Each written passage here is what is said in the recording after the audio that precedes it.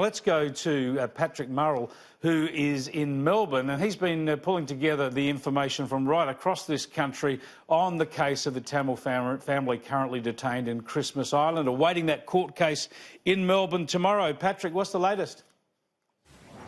Chris, today David Coleman held his first press conference since that Tamil family was taken to detention on Christmas Island. It was in Western Victoria in Warrnambool, announcing government plans to attract more migrants to the region. But he was asked about that case of the Tamils. He is, of course, a party to the court proceedings and says that as a result, he can't comment on the specifics of this case. Take a listen. The court, obviously, yesterday was informed of my position on this issue, and the matter's still before the courts, and as a consequence it's not appropriate to comment further. Anthony Albanese says that if the government wants to talk about attracting migrants to regional areas, well, this Tamil family is exactly the type that regional Australia does need, and that all Peter Dutton has to do is sign a piece of paper to let them stay. Of course, Home Affairs Minister Peter Dutton has labelled this hypocrisy from the Labor leader, who at one point said that no people who enter Australia illegally would settle permanently in Australia. Take a listen. If this is an average day for Peter Dutton, he will intervene on more than 3 occasions for more than 3 cases, because that's what he's done each and every day he's been a minister. But when in government, didn't Labor deport Tamils who were found to be yes, they did. migrants? So isn't Labor being inconsistent? Yes, they did. No, we're not. There's ministerial discretion is there for a reason.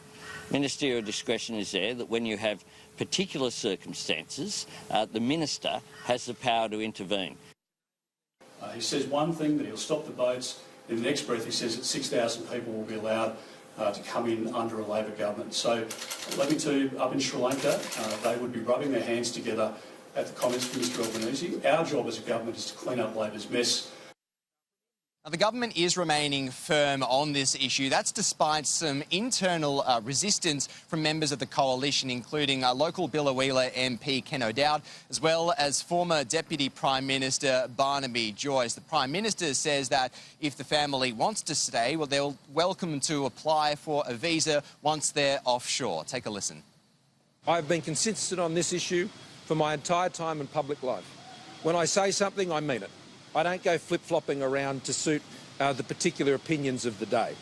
I mean, Anthony Albanese said in 2013 that if you came to Australia illegally by boat, then you should not be settled here.